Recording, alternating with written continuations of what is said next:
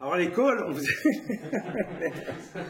Bonjour à tous et à tous. Aujourd'hui, on va faire un sauté de veau marigot. Ça me rappelle l'école. C'était dans le programme, le CAP. Il fallait savoir faire le sauté de veau marigot. Ça fait aussi partie des 100 recettes incontournables que je fais dans mon livre et que vous devez savoir faire chez vous à la maison. C'est une recette facile, qui est pas chère et qui est faite avec des produits qu'on peut trouver n'importe où. Ok? Alors, vous êtes lavé les mains.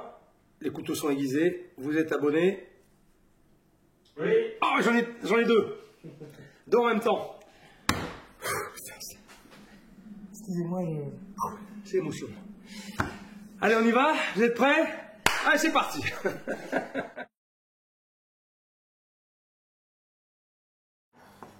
Et la liste des ingrédients, bien sûr, est en description. Je vais reprendre une tomate de plus. C'est la dernière. Simon qui m'a dit que c'était la dernière. Je m'en voulu une de plus en vrai, mais bon.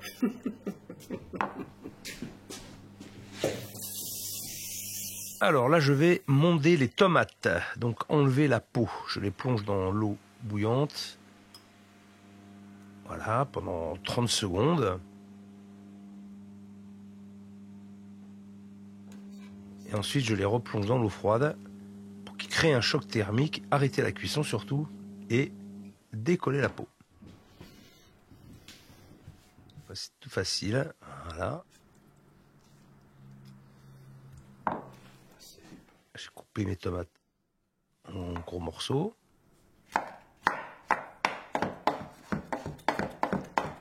Là, je garde tout, hein, même le jus, même les pépins. J'en aurai besoin parce que c'est ce qui va servir aussi à mouiller la préparation. Voilà. Je garde vraiment tout.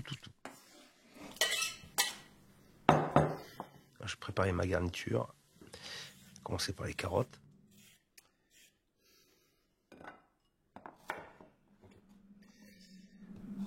Normalement, dans le sauté de veau marigot, il n'y a pas de carottes.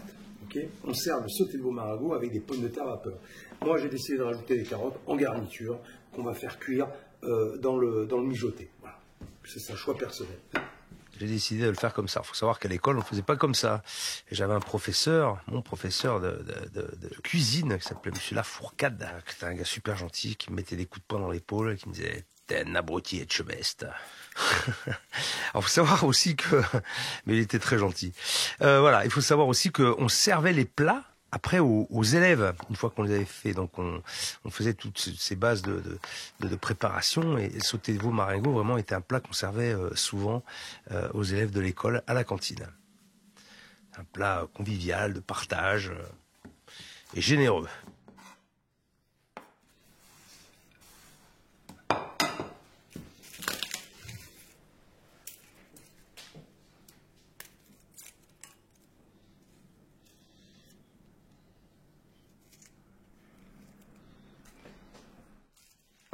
Voilà, j'écrase l'ail, le couteau, haché.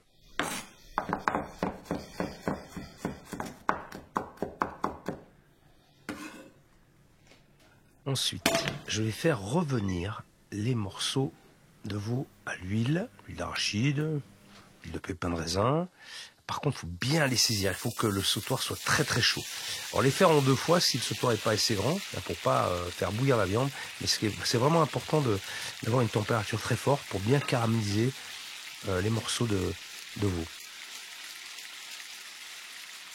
Comment ça vient? Je vais mettre mon four en mode grill et torréfier tout à l'heure la farine quand je vais singer. Alors, donc, j'ai utilisé de l'épaule ou du collier pour cette préparation. Ce sont des bas morceaux qui sont pas chers. Alors là, je rajoute l'ail et l'oignon. Je vais revenir légèrement, sans trop de coloration.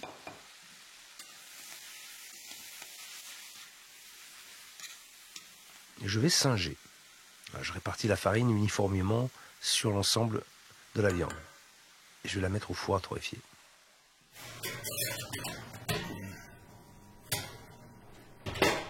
Pendant 5 minutes. Je prépare les petits oignons. Alors normalement, on utilise des oignons blancs, hein, des petits oignons gros lots blancs, mais Simon a voulu faire du zèle et il m'a donné des oignons violets. Voilà, il a dit ouais chef, c'est plus joli. Bon ok. Mais si vous n'avez pas des oignons violets, vous avez compris que vous pouvez faire avec des oignons blancs, tout simplement. Jamais laisser tremper les champignons dans l'eau. Les champignons, c'est déjà 80% de flotte. Donc ça n'a pas la peine d'en remettre en plus. Je les escalope, je coupe en 4, de biais.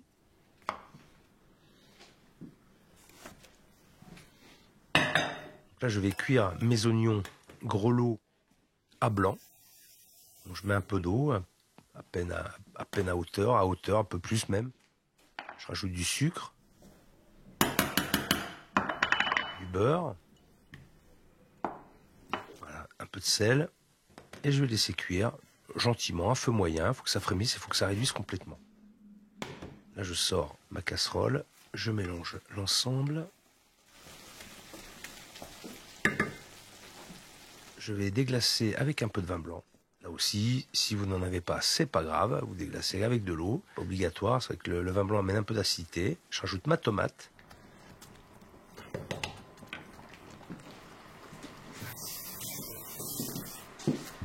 Ça, c'est important. On peut mouiller avec de l'eau, ok? Moi, il me restait du fond de veau. Vous voyez, c'est comment c'est quand c'est froid, ça gélifié. Alors, je vais l'utiliser. Forcément, je ne vais pas le jeter parce que c'est toujours meilleur. Enfin, si vous n'en avez pas, ça n'est pas grave. Ne bloquez pas. Vous mettez de l'eau et vous rajoutez un petit peu, une cuillère à soupe de concentré de tomate, ok? Voilà. Un petit peu de fond de veau, je le garde et je vais compléter avec de l'eau. Voilà. Voilà. Donc, il faut bien mouiller, hein, vous avez compris, un peu plus qu'à hauteur parce que ça va réduire pour cuire la viande. Alors honnêtement, de vous à moi, c'est quand même meilleur avec du fond de veau. Hein. Voilà, on va pas se mentir. Là, je rajoute mes carottes que j'ai coupées en gros morceaux. Et je vais laisser cuire tout doucement, je vais laisser mijoter. J'assaisonne toujours un petit peu, alors pas trop, on rectifie l'assaisonnement après. J'aime bien assaisonner aussi pendant la cuisson pour que l'assaisonnement rentre bien dans la viande. Et là, on va laisser mijoter pendant 1h30 à feu doux.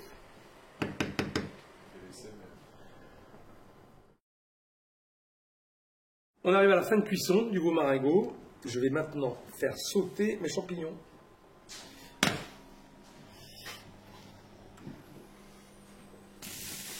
Là, je saisis bien, bien chaud aussi, hein, la poêle, hein, pour bien caraméliser les champignons.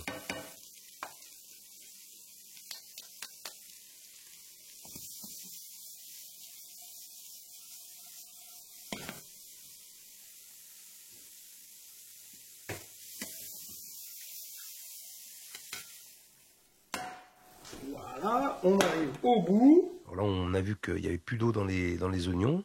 Donc, il faut bien piquer les oignons, voir s'ils sont bien cuits quand même, hein, au cas où. Et s'ils ne sont pas assez cuits, rajoutez un petit peu d'eau. Laissez cuire encore un petit peu plus. Là, on voit que la sauce a bien réduit. Hein, on est à hauteur des morceaux de viande. Et là, je rajoute toute ma garniture. Alors, on pourrait changer de plat aussi. Hein. Là, j'ai fait au plus simple. Hein. J'ai servi directement dans le contenant de cuisson. Et comme c'est mon persil, il est fatigué. Et ouais, c'était les restes de persil. Mais bon, ça va, ça passe. Donc je disais, je sers tout dans la casserole, mais vous pouvez servir ça dans un joli plat si vous le souhaitez. Et voilà, un cas d'école, le sauté de veau marengo. Vous avez vu, c'est facile hein, à faire. Normalement, on l'accompagne de pommes de terre vapeur. C'est pour ça que moi j'ai rajouté des carottes dedans, comme ça la garniture elle cuit avec, il n'y a plus qu'à le servir. Alors à l'école, on rajoutait des pains de mie qui étaient taillés en forme de cœur, qu'on poêlait. On trempait la pointe dans la sauce et ensuite on la trempait dans le persil haché, puis on mettait ça autour du plat comme ça. Voilà, c'était joli. Bon, c'est un petit peu old school, on va dire, un petit peu has-been, je ne l'ai pas fait. Mais si vous avez envie de le faire, vous le faites. Hein, c'est pas un problème. En tout cas, moi je me suis régalé de refaire ce plat, ça faisait longtemps que je ne l'avais pas fait, vous voyez, et je trouve ça plutôt sympa. Donc, si vous avez des commentaires à faire, si la vidéo, si la recette vous a plu, faites vos commentaires ici, et puis si vous avez eu des difficultés, une fois de plus, ce dont je doute, faites-le moi savoir, je vous filerai un petit coup de main, ok? Et bien, c'est tout pour aujourd'hui, je vous dis à bientôt, salut! Pour vous équiper avec du matériel de qualité, tout ce que j'utilise est disponible sur ma boutique en ligne. Pour ne louper aucune vidéo et devenir de vrai chef, eh ben, abonnez-vous en cliquant sur ma tête. Et pour ceux qui ont loupé ma dernière vidéo, ben, c'est juste là.